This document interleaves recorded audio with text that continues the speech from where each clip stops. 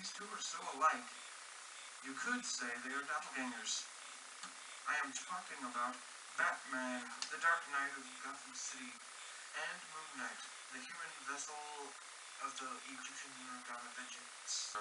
He's an and non-game player, and we're going to see their weapons, armors, and skills for who will win a death battle. Bruce Wayne. He has 2 living parents and a pretty good life when he was a kid.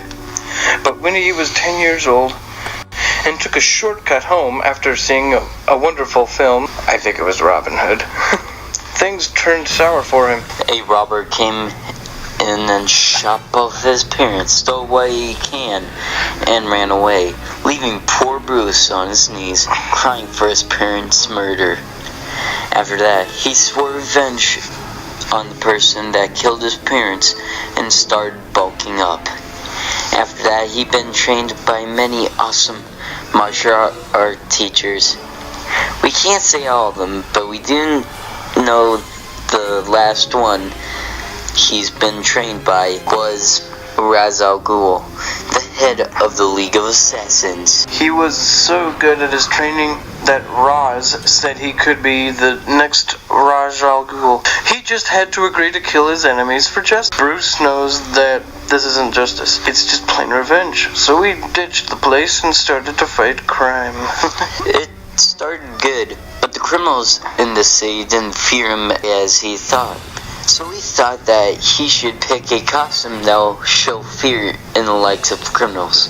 But he didn't know what to make of his suit. And then he thought that he should share the fear that he had with the criminals and became the Batman. Now that we're finished with the origin, let's talk about his abilities. Since he has been trained by many martial art teachers, some of the best, I might add, best of the best, he learned all of the martial arts known to man. He also trained himself to be the greatest detective alive. He also has tons of weapons, gadgets, and vehicles. He can lift almost to the maximum weight that a man could bench. Now let's talk about his gadgets. He has the utility belt, so he can bring a bunch of them out in the field. There is detective stuff in there, so he can inspect a crime scene before the cops come over there.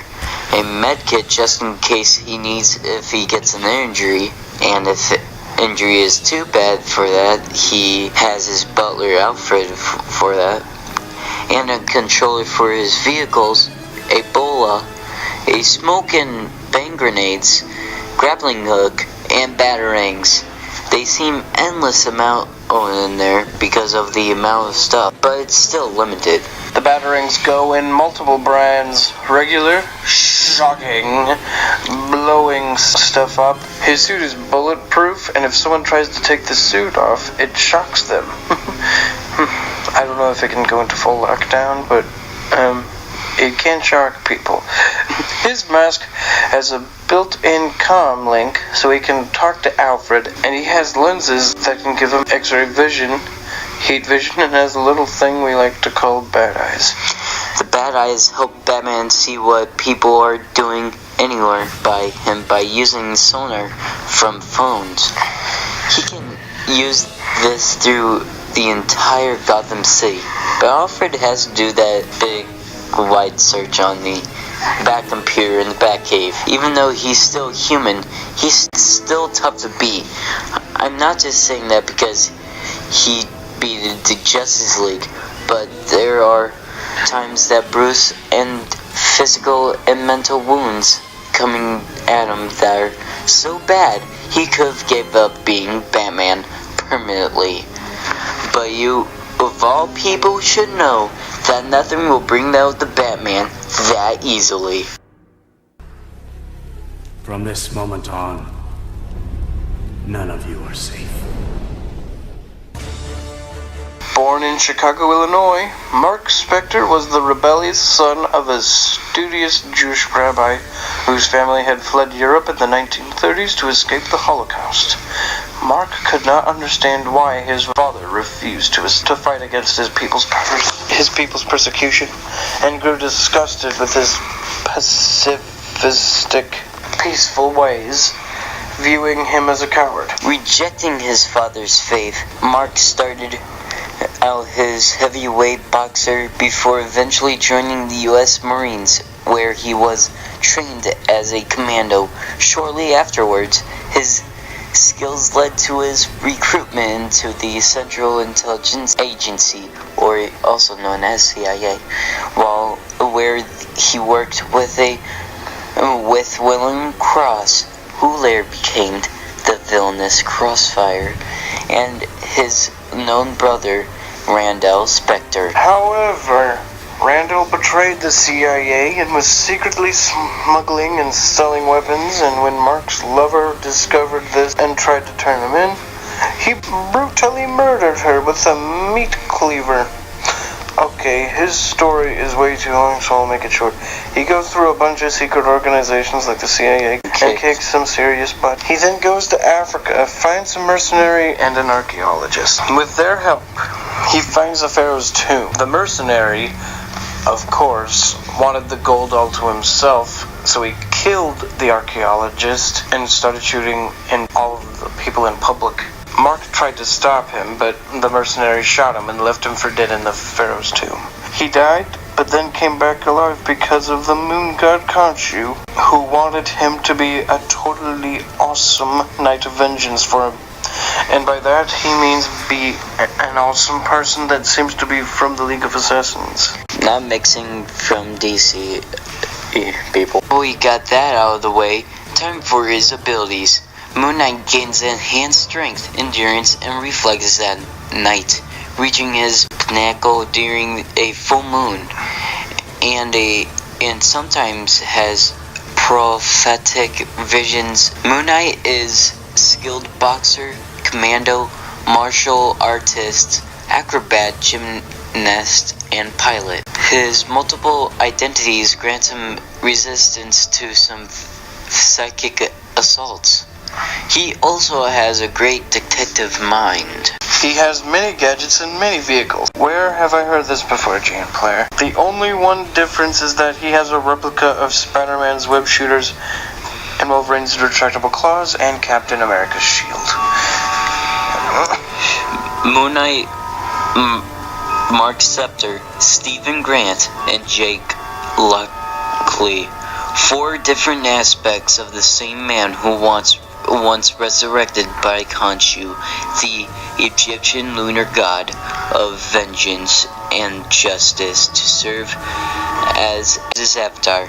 Those who are just mortals who prey upon the innocents who travel at night with powers that come from the moon. Beware of the vengeance of Moon Knight. There is more to the moon than childish stories. I will not allow this villain to stand in your way. I, the moon's knight of vengeance, must carry out your luminous will. And now, foul demon, face the vengeance of the Moon Knight.